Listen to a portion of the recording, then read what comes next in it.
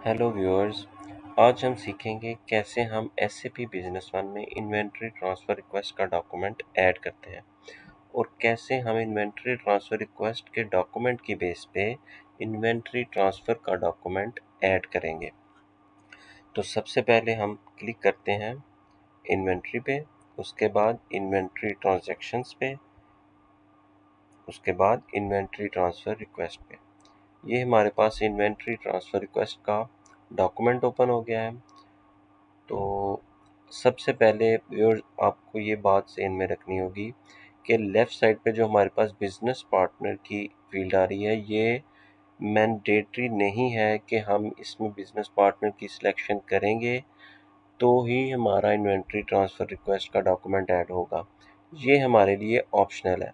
ये हम तब यूज़ करेंगे जब हम थर्ड पार्टी स्टॉक या किसी भी वेंडर को हम अपना रॉ मटेरियल भेज रहे हैं और वो हमें प्रोसेस करके सेमी फिनिश गुड भी बना के दे रहा है और हमें उसके वेयर हाउस में जो हमारा स्टॉक पड़ा है और वो भी हमें चाहिए, उसकी वैल्यूएशन चाहिए, स्टॉक चाहिए, तब ये हमारा इधर बिजनेस पार्टनर की सिलेक्शन ज़रूरी होगी, अदरवाइज़ ये मैंडेटरी नहीं है।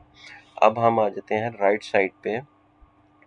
राइट साइड पे हमारे पास सबसे पहले सीरीज़ आ जाती है प्राइमरी। आपने इधर प्राइमरी सिलेक्शन करनी है, इधर नंबर दे लेंगे।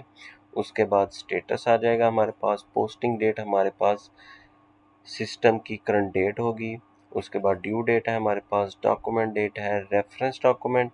ये रेफरेंस डॉक्यूमेंट आप भी अटैच कर सकते हैं कि किसकी बेस पे आप इन्वेंटरी ट्रांसफ़र रिक्वेस्ट कर रहे हैं।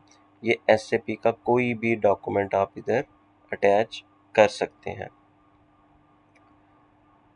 सेकेंडली, मोस्ट इम्पोर्टेंट जो अब हमारी बात है वो है ये है कि हमें वेयर हाउस सिलेक्शन करनी है कि हम किस वेयर हाउस से कोई भी आइटम किस दूसरे वेयर हाउस में ट्रांसफ़र करने जा रहे हैं।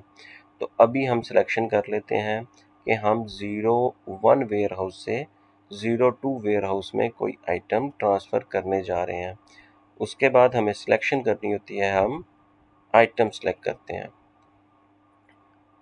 तो अभी हम सिलेक्शन कर लेते हैं इस आइटम की और क्वांटिटी कर देते हैं 200। व्यूअर्स, अभी हमने सारी मैंडेटरी फील्ड फिल कर दी हैं जो कि एक इन्वेंटरी ट्रांसफ़र के रिक्वेस्ट के डॉक्यूमेंट को ऐड करने के लिए ज़रूरी हैं। सिंपली हम क्लिक करेंगे ऐड बटन पे, तो हमारा डॉक्यूमेंट ऐड हो गया है। अब दूसरा एसएपी यूज़र क्या होगा जिसके पास ये इन्वेंटरी ट्रांसफ़र रिक्वेस्ट जाएगी, वो क्या करेगा, सिंपली इन्वेंटरी ट्रांसफ़र का डॉक्यूमेंट, अब वो करेगा कॉपी फ्रॉम।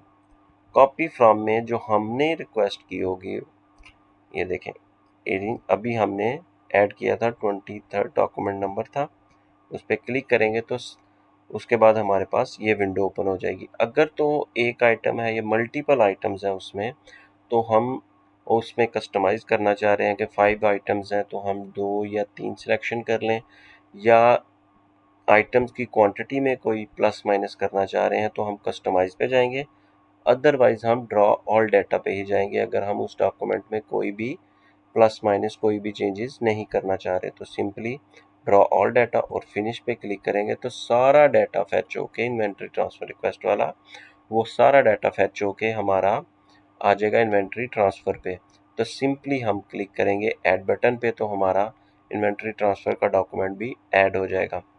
और व्यूअर्स, ये बात आपको ज़हन में रखनी होगी कि इन्वेंटरी ट्रांसफ़र रिक्वेस्ट के ऊपर कोई भी जर्नल एंट्री पास या ऐड नहीं होती और इन्वेंटरी ट्रांसफ़र के डॉक्यूमेंट के ऊपर हमारी जर्नल एंट्री तो कोई ऐसी पास नहीं होती जो कॉस्ट ऑफ सेल या किसी और चार्ट ऑफ अकाउंट को अफेक्ट करे। सिंपली हमारा इन्वेंटरी ट्रांसफ़र का डॉक्यूमेंट जब ऐड करते हैं तो warehouse to warehouse transfer होता है और कोई भी इसमें कॉस्ट ऑफ सेल या कोई भी और जर्नल एंट्री उसका कोई इफेक्ट नहीं होता है।